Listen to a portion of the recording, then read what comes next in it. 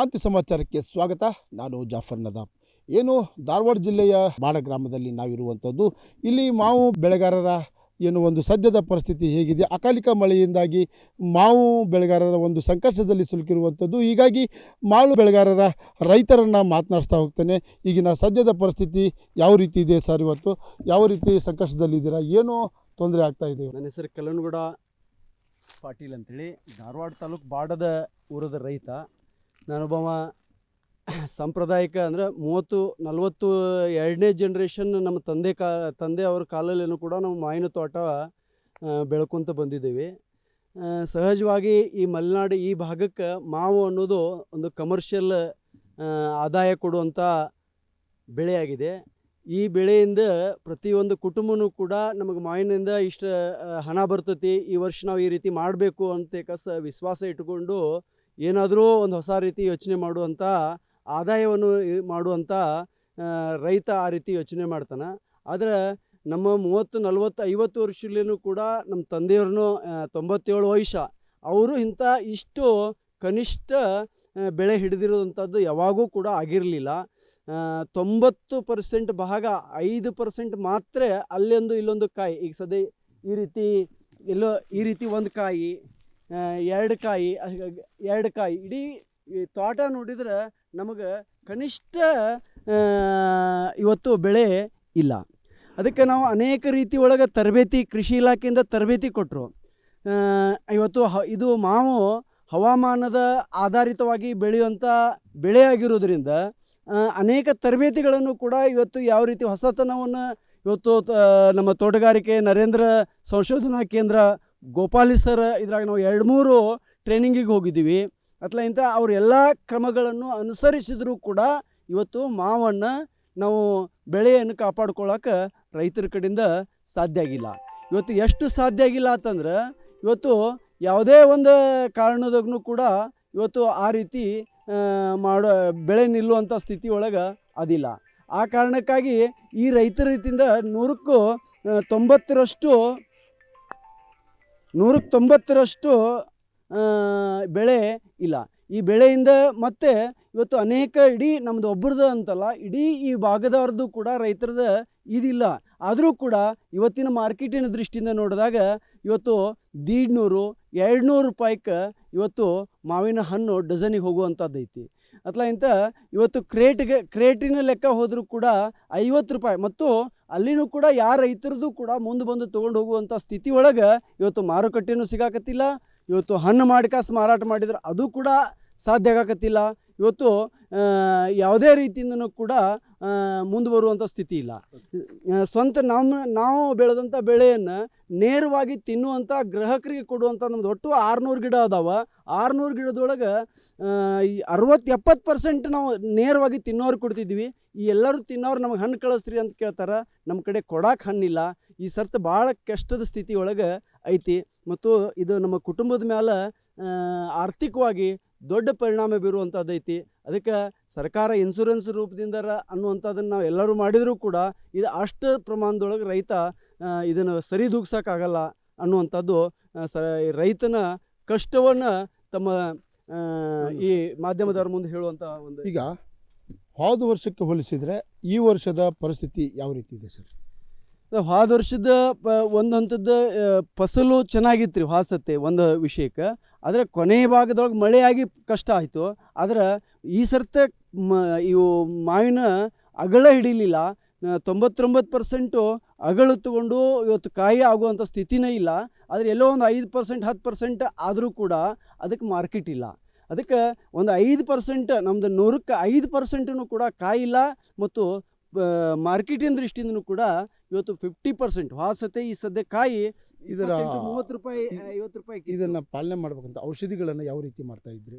ನಾವು ನಮ್ಮ ವೈಯಕ್ತಿಕವಾಗಿ ಸಾವಯವ ಪದ್ಧತಿ ಒಳಗೆ ನಮ್ಮ ಕೃಷಿಯನ್ನು ಬೆಳೆಸ್ತಾ ಇದ್ದೀವಿ. ಆದರೆ ಈ ಸಾವಯವ ಕೃಷಿಗೂ ಮೀರಿ ಇವತ್ತು ಇದನ್ನು ಸಾವಯವ ಕೃಷಿ ಒಳಗೆ ನಮಗೆ ಈ ತೋಟವನ್ನು ಮೇಂಟೈನ್ ಮಾಡ್ಕೊಳ್ಳೋಕೆ ಆಗಲಿಲ್ಲ.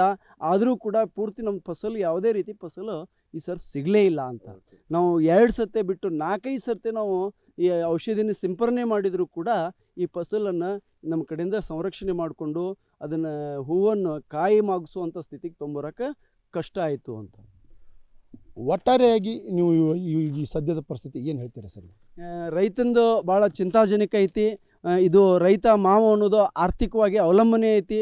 ಬರೀ ಇಷ್ಟೇ ಅಲ್ಲ, ಇಡೀ ಕುಟುಂಬನೂ ಕೂಡ ಇಡೀ ಒಂದು ವರ್ಷದ ಆರ್ಥಿಕ ಒಂದು ವ್ಯವಸ್ಥೆ ರೈತನ ಮೇಲೆ ದೊಡ್ಡ ದುಷ್ಪರಿಣಾಮ ಆಗುವಂಥದ್ದು. ಇವತ್ತು ಏನಪ್ಪ, ರೈತಗೆ ಯಾವುದೇ ರೀತಿ ಗೋಚರ ಆಗ್ಲಂತ ಒಂದು ಕತ್ತಲ ಕವಿದಂಥ ಸ್ಥಿತಿಯೊಳಗೆ ಪ್ರತಿಯೊಬ್ಬ ರೈತನೂ ಕೂಡ ಆ ರೀತಿ ಯೋಚನೆ ಮಾಡುವಂಥ ಸಂದಿಗ್ಧ ಸ್ಥಿತಿಯೊಳಗೆ ರೈತ ಕಷ್ಟದ ಸ್ಥಿತಿಯೊಳಗೆ ಅದಾನ ಈ ಮಾವು ಬೆಳೆ ಮೇಲೆ. ಏನಾದರೂ ಸರ್ಕಾರಕ್ಕೆ ಒತ್ತಾಯ ಮಾಡ್ತಾರೆ? ಸಹಜವಾಗಿ ಸರ್ಕಾರದ ರೀತಿಯಿಂದ ಒಂದು ಎಲ್ಲ ರೈತರಿಗೂ ಕೂಡ ಇದನ್ನು ಮಾಡಲಿಕ್ಕೆ ಕಷ್ಟ ಆಗ್ಬೋದು. ಆದರೂ ಕೂಡ ಇವತ್ತು ರೈತ ಅಂತ ಇದ್ರೇ ಎಲ್ಲವೂ ಇನ್ನು ಉಳಿದಿದ್ದು ಎಲ್ಲ ಮಾಡೋಕ್ಕಾಗ್ತತಿ. ಆದರೆ ರೈತನೇ ಸಂಕಷ್ಟಕ್ಕಿದ್ರೆ ಈ ಕೃಷಿಯಿಂದ ವಿಮುಕ್ತಿ ಆಗುವಂಥದ್ದಕ್ಕೆ ಇದು ಕೂಡ ಸಪೋರ್ಟ್ ಮಾಡ್ತೈತಿ. ಮೊದಲೇಕನೇ ಯುವಕರು ಇವತ್ತು ರೈತಾಪಿ ಜೀವನದಿಂದ ಹೊರಗೆ ಹೋಗುವಂಥ ಸ್ಥಿತಿ ಐತಿ. ಇಂಥ ಕಷ್ಟಗಳನ್ನು ನೋಡಿದಾಗ ಇನ್ನೊಂದು ಸ್ವಲ್ಪ ಈ ರೈತಾಪಿಯಿಂದ ಹೊರಗೆ ಹೋಗುವಂಥದ್ದು ಆಗ್ತೈತಿ. ಅದಕ್ಕೆ ಅವನ ವಿಶ್ವಾಸ ಹೆಚ್ಚಿಗೆ ಮಾಡುವಂಥ ದೃಷ್ಟಿಯಿಂದ ಯಾವ ರೀತಿ ಯೋಚನೆ ಮಾಡಿಕೊಂಡು ಮಾಡಿದರೆ ಸೂಕ್ತ ಆಗ್ತೈತಿ ಅನ್ನುವಂಥದ್ದು ರೀತಿಯಿಂದ ಅವನ ಬೆನ್ನಿಗೆ ಮತ್ತು ವಿಶ್ವಾಸವನ್ನು ಹೆಚ್ಚಿಗೆ ಮಾಡುವಂಥ ದೃಷ್ಟಿಗೆ ಸರ್ಕಾರ ಮತ್ತು ಸಂಘ ಸಂಸ್ಥೆಗಳು ಕೂಡ ಮುಂದೆ ಬಂದ ಒಂದು ರೀತಿಯಿಂದ ಅವ್ನಿಗೆ ಸಹಕಾರಿಯಾಗಿ ನಿಲ್ಲಬೇಕು ಅನ್ನೋದು ಅಪೇಕ್ಷೆ. ಮಾವು ಬೆಳೆಗಾರರು ವ್ಯಾಪಾರಸ್ಥರು ನಮ್ಮ ಜೊತೆ ಇದ್ದಾರೆ, ಅವ್ರನ್ನ ಮಾತನಾಡ್ತಾ ಹೋಗೋಣ. ಸರ್, ಇವತ್ತಿನ ಪರಿಸ್ಥಿತಿಯಲ್ಲಿ ಇವತ್ತು ಅಕಾಲಿಕ ಮಳೆಯಿಂದಾಗಿ ಸಾಕಷ್ಟು ಪ್ರಮಾಣದಲ್ಲಿ ಏನು ಮಾವಿನ ವ್ಯಾಪಾರಸ್ಥ ಕುಂಠಿತವಾಗಿದೆ ಅನ್ನೋದನ್ನು ಕೇಳಿ ಬರ್ತಾ ಇರೋದ್ರಿಂದ ನೀವು ಏನು ಹೇಳ್ತೀರಾ ಸರ್? ಒಟ್ಟು ಈ ವರ್ಷ ಮಾವು ವ್ಯಾಪಾರಸ್ಥ ಅಂದ್ರೆ ನಮ್ದು ಈ ಹೂವು ಎಣ್ಣೆ ಹೊಡ್ಯಾತಂದ್ರೆ ಸರ ಅವತ್ತಿಂದ ರೋಗ ಗಂಟು ಬಿದ್ದಿದ್ದು ಇವತ್ತಿಗೂ ರೋಗ ಬಿಟ್ಟಿಲ್ಲ. ಅದು ಇದ್ದಿದ್ರಾಗ ಇದಾಗ್ಬೇಕಂದ್ರೆ ಮತ್ತು ಕಾಯಿ ಮೇಲೆ ಜಿಗಿಕೊಂಡು ಮಳೆ ಬಂದ ಕಾರ್ ಪೂರ ಕಪ್ಪಾಗಿ ಬಿಡ್ತೀರಿ. ಮತ್ತು ಇವತ್ತಿಗೆ 15 ದಿನ ಆಯ್ತು ನಾವು ಬೀಗ ಎಣ್ಣೆ ಹೊಡೆದ್ಬಿಟ್ಟು. ಹಿಂಗಾಗಿ ನಮ್ದು ಈ ವರ್ಷ ವ್ಯಾಪಾರಸ್ಥ ಅಂದ್ರೆ ನಮ್ದು ವ್ಯಾಪಾರ ಅಂದ್ರೆ ರೂಪಾಯಿ ವ್ಯಾಪಾರ ಮಾಡೀವಿ. ಅದನ್ನು 4 ಆನೆನೂ ನಮಗೆ ಲಾಭ ತೊಟ್ಕೋತಿಲ್ಲ. ಈ ಸದ್ಯ ಮಾರ್ಬೇಕಂದ್ರೆ ಮಾರ್ಕೆಟ್ ಇಲ್ಲ. ನಮ್ಮದು ವರ್ಷ 100, 150, 100 ರೂಪಾಯಿ ಅಂತೂ ಮಾರಿದ್ದು, ಮಿನಿಮಮ್ 80 ರೂಪಾಯಿ ಮಾರಿದ್ದು. ಅಂಥದ್ರಾಗ 35 ರೂಪಾಯಿ ಕೆ ಜಿ ಹೊಂಟೈತಿ. ಈಗ 35ರಿಂದ 40 ರೂಪಾಯಿ ಕೆ ಜಿ ಹೊಂಟೈತಿ. ಅಲ್ಲೇ ಹಣ್ಣಿಗೋರು ಅಲ್ಲಿ ವ್ಯಾಪಾರ ಇಲ್ಲ. ಇಲ್ಲೇ ಮಾರ್ಕೆಟಿಗೆ ಇದು ಡೇಟ್ ಕಟಿಂಗ್ ಮಾರ್ಕೆಟ್ ಅವರು ಅದಕ್ಕೆ ಮಾರ್ಕೆಟ್ ಇಲ್ಲ. ಮತ್ತು ಈ ಕಾಟಾ ರೇಟ್ ಮಾರ್ಕೆಟ್ ಇಲ್ಲ. ಅದು ಎಕ್ಸ್ಪೋರ್ಟ್ ಹೋಗಿತ್ತು ರೀ, ಡೇಟ್ ಕಟಿಂಗ್ ಅಂದ್ರೆ ಎಕ್ಸ್ಪೋರ್ಟ್ ಹೋಗಿತ್ತು. ಅದನ್ನು ಕರ್ಕರ್ದು ಕೊಡ್ಬೇಕು, 2 ದಿನಕ್ಕೊಮ್ಮೆ ಮಾರಾತ, ಅದು ಮಾರಾತಿಲ್ಲ. ಹಿಂಗಾಗಿ ಭಾಳ ನಮಗಂದ್ರೆ ಈ ವರ್ಷದ ತೋಟ ಹಿಡಿದಲ್ಲ, ತೋಟದ ರೊಕ್ಕ ಕೊಡೋದು ವಜ್ಜೆ ಐತ್ರಿ ವರ್ಷ ಸ್ಥಿತಿ. ನಮ್ಗೆ 20 ವರ್ಷ ಆದ್ರೆ ನಾವು 21, 22 ವರ್ಷ ಆದ್ರೆ ನಮ್ಮ ದಂಧೆ ಮಾಡತ್ತ. ಇದು ಫಸ್ಟ್ ಅನುಭವ ರೀ. ಇದು ಹೋದ ವರ್ಷ ಒಂದು ಸ್ವಲ್ಪ ಮಳೆ ಬಂದು ಹೈಲಿ ಕಡೆ ಆಗಿತ್ತು. ಈ ಸ್ಟಾರ್ಟಿಂಗದ ಹಿಡ್ಕೊಂಡು ನಮ್ದು ವ್ಯಾಪಾರ ಮುಂದಿನ ವರ್ಷ ಮಾಡ್ಲಂತ ಸ್ಥಿತಿಗೆ ಅದಾವಿ. ಇದನ್ನು ಕೊಟ್ಟು ಬೈಲಾಗ್ಲಂಗೆ ನಮ್ಮ ಮೈ ಮೇಲೆ ಬಂದ್ಬಿಡತ್ತೆ ನಮಗೆ. 4ನೇ ನಾವು ಇಲ್ಲಾಂದ್ರೆ 1 ಕೋಟಿ ರೂಪಾಯಿ ತೋಟ ಹಿಡ್ದೆ. ನಾನು 1 ಕೋಟಿ ರೂಪಾಯಿ ತೋಟ ಹಿಡ್ದಾನೆ. ನಾವು ವರ್ಷ ಟರ್ನೌಟ್ ಹಾಕೊಂಡ್ರೆ ಇದಕ್ಕಿತ್ತು. ಈ ವರ್ಷ ಅದ 4ನೇ ರೊಕ್ಕ ಕೊಂಡ್ಲಂಥ ಸ್ಥಿತಿ ಬಂದೀವಿ. ಭಾಳ ಅಂದ್ರೆ ನಮ್ಗೆ ಕಷ್ಟದಾಗದವು ನಾವು ಒಟ್ಟು ಮಾಯಿನ ವ್ಯಾಪಾರ ಒಳಗೆ. ಇದ್ದಿದ್ದು ಮಾಲಾರು ಸ್ವಚ್ಛಿದ್ರೆ ಮಾರ್ತಿತ್ತು, ಅದು ಮಾರಾತಿಲ್ಲ, ಮಾರ್ಕೆಟ್ನೂ ಇಲ್ಲ. ಹಿಂಗಾಗಿ ಭಾಳ ತೊಂದರೆ ಒಳಗೆ ಅನ್ಭವಿಸತ್ತ ಅನಿಸುತ್ತೆ.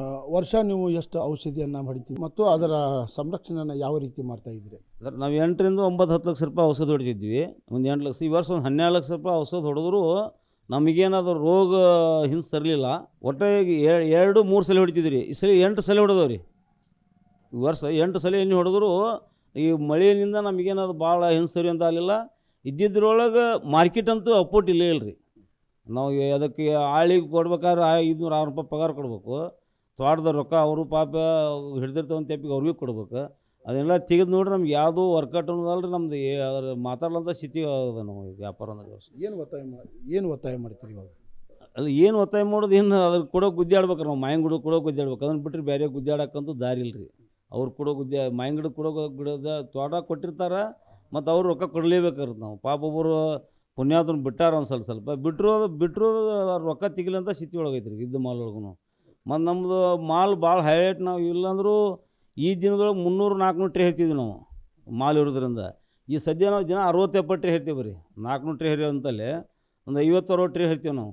ಮತ್ತು ದಿನ ಆಳು ಇರೋಷ್ಟು ಅದಾವೆ ರೀ. ಮತ್ತು ಅದು ಹುಡುಕಾಡಿ ಕಾಯಿ ಇರ್ಬೇಕಲ್ಲ, ದಿನ 20-30 ಆಳು ಇರ್ತಾವೆ ನಮ್ಮ. ಈ ವರ್ಷ ಭಾಳ ಅಂದ್ರೆ ಕಷ್ಟದಾಗೈತೆ ರೀ. ಒಂದು ಕಡೆ ಮಾವು ವ್ಯಾಪಾರಸ್ಥರ ನೋವು ಒಂದು ಕಡೆ ಆದರೆ ಏನು ಮಾವು ಬೆಳೆಗಾರರ ರೈತರ ಕಷ್ಟ ಒಂದು ಕಡೆ ಆಗಿರುವಂಥದ್ದು. ಹೀಗಾಗಿ ನಾವು ಬಹಳ ಸಂಕಷ್ಟದಲ್ಲಿದ್ದೇವೆ. ಹೀಗಾಗಿ ನಮಗೆಲ್ಲ ತೊಂದರೆಯನ್ನು ಅನುಭವಿಸ್ತಾ ಇದ್ದೇವೆ. ಔಷಧಿ ಆಗಿರಬಹುದು ಮತ್ತು ಸಾಕಷ್ಟು ಆಳುಗಳನ್ನು ಕರೆತಂದು ಇಲ್ಲಿ ಕೆಲಸವನ್ನು ಮಾಡಿಸಿ ಏನು ಅವರಿಗೇನು ಪಗಾರವನ್ನು ಕೊಡ್ತೇವೆ ಅದು ಕೂಡ ಮೈಮೇಲೆ ಬಂದಿರುವಂಥದ್ದು. ಹೀಗಾಗಿ ನಮ್ಮ ಪರಿಸ್ಥಿತಿ ಬಹಳ ಅಧೋಗತಿಗೆ ತಲುಪಿದೆ ಅನ್ನೋದು ರೈತರು ನೇರವಾಗಿಯೇ ತಮ್ಮ ನೋವನ್ನು ಕ್ರಾಂತಿ ಸಮಾಚಾರ ತಂಡದ ಜೊತೆಗೆ ನೋವನ್ನು ತೋಡಿಕೊಳ್ತಾ ಇರುವಂಥದ್ದು. ಕ್ಯಾಮ್ರಾಮನ್ ಸುಪ್ರೀತ್ ಜೊತೆ ಜಾಫರ್ ನದಾಬ್, ಕ್ರಾಂತಿ ಸಮಾಚಾರ, ಧಾರವಾಡ.